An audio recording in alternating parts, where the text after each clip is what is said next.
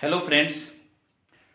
आज का जो सब्जेक्ट है, आज का जो टॉपिक है वह है जीन पियाजे के संज्ञानात्मक विकास का सिद्धांत।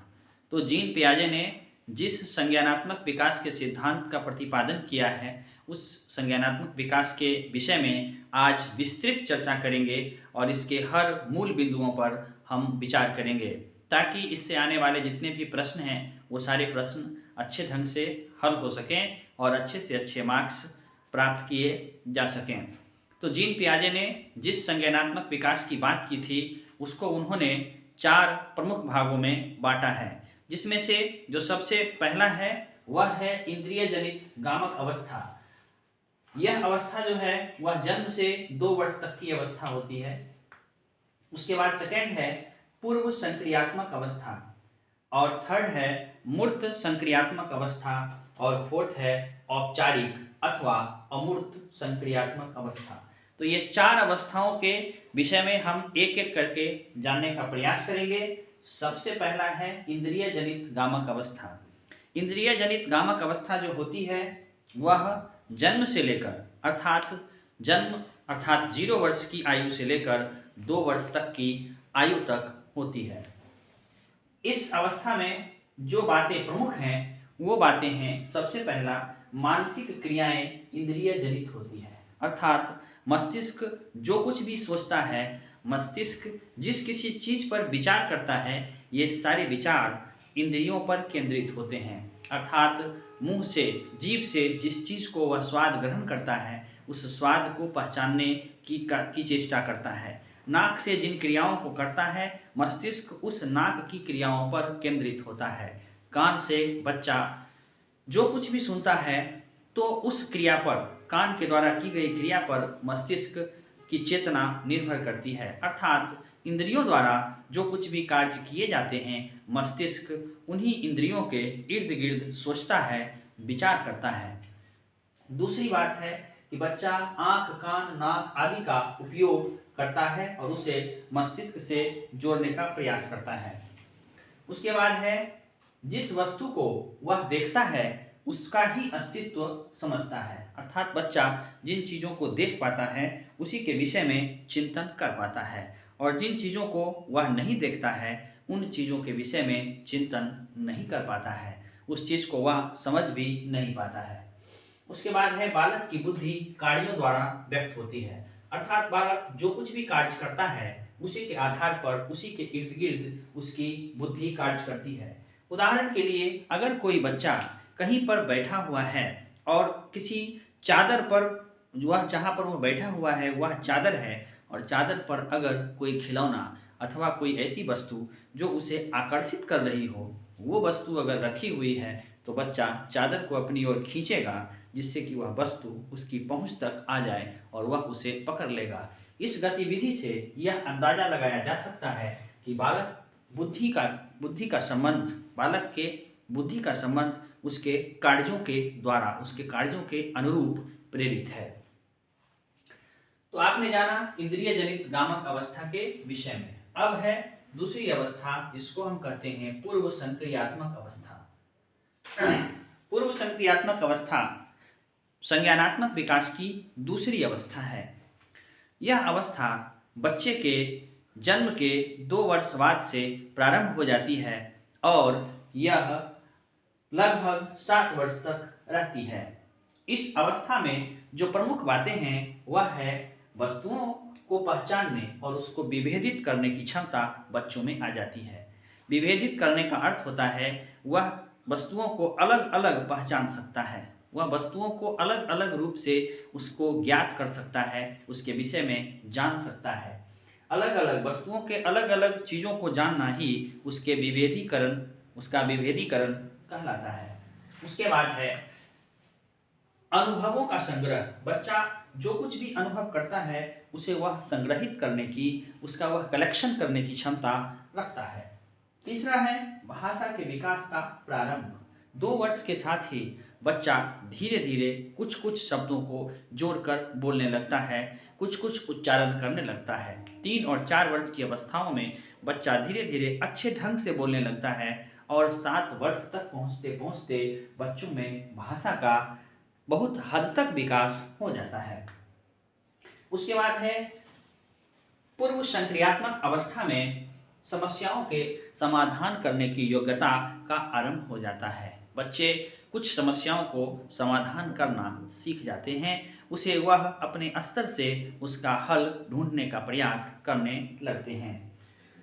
उसके बाद अगला है सूचनाओं को इकट्ठा करना। जो भी सूचनाएं उसके आसपास पड़ी हुई है, उन सूचनाओं को बच्चा इकट्ठा करने लगता है, उसको वह उसका संग्रह करने लगता है। इसके बाद है अस्थायी गुणों का विकास। बच्चे में अस्थायित्व का विकास होना प्रारंभ हो जाता है। यद्यपि अस्थायित्व आता नहीं है, लेकिन अस्थायी गुणों का विकास होना प्रारंभ हो जाता है। तीसरी अवस्था है मूर्त संक्रियात्मक अवस्था। यह मूर्त संक्रियात्मक अवस्था 7 वर्ष से लेकर 11 वर्ष तक की अवस्था माना गया है। इस अवस्था में जो क्रियाएं, जो गतिविधियां होती हैं, वो हैं वस्तुओं को पहचानने, विभेदित करने एवं वर्गीकृत करने की क्षमता। अब यहाँ एक क्षमता अधिक है। सबसे पहले तो वस्तुओं को पहचानना सीख जाता है बच्चा। दूसरी बात है कि वह उसका विभेदन भी कर सकता है, और तीसरा उसका क्लासिफिकेशन भी कर सकता है। उसको उसके गुणों के आधार पर वह मानसिक रूप से उन वस्तुओं को अन्य वस्तुओं के साथ जोड़ सकता है और उसका क्लासिफिकेशन, उसका वर्गीकरण कर सकता है कि अमुक चीज़ जो है वह इधर रहना चाहिए और दूसरी चीज़ का स्वभाव अन्य चीज़ों से मिलता है, तो परस्पर समान स्वभाव अथवा समान संरचना वाले वस्तुओं को अलग अलग करके वह उसे वर्गीकृत करना सीख जाता है। उसके बाद है मानसिक चिंतन में उन्नति।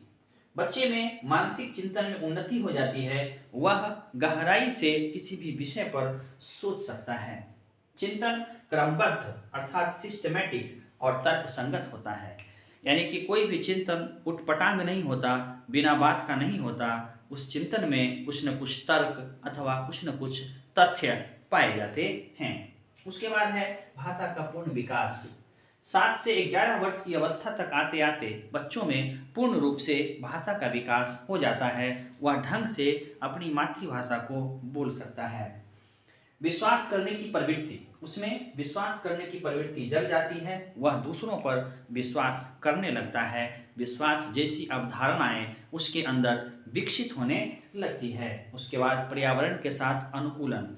बच्चा उस समय तक पर्यावरण के साथ अनुकूलन करने का प्रयास करने लगता है और वह यथासंभव अनुकूलित हो भी जाता है।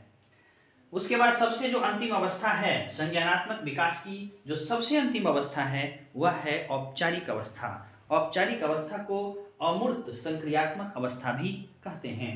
इस अवस्था की जो सबसे बड़ी विशेषता है वह है अमूर्त चिंतन।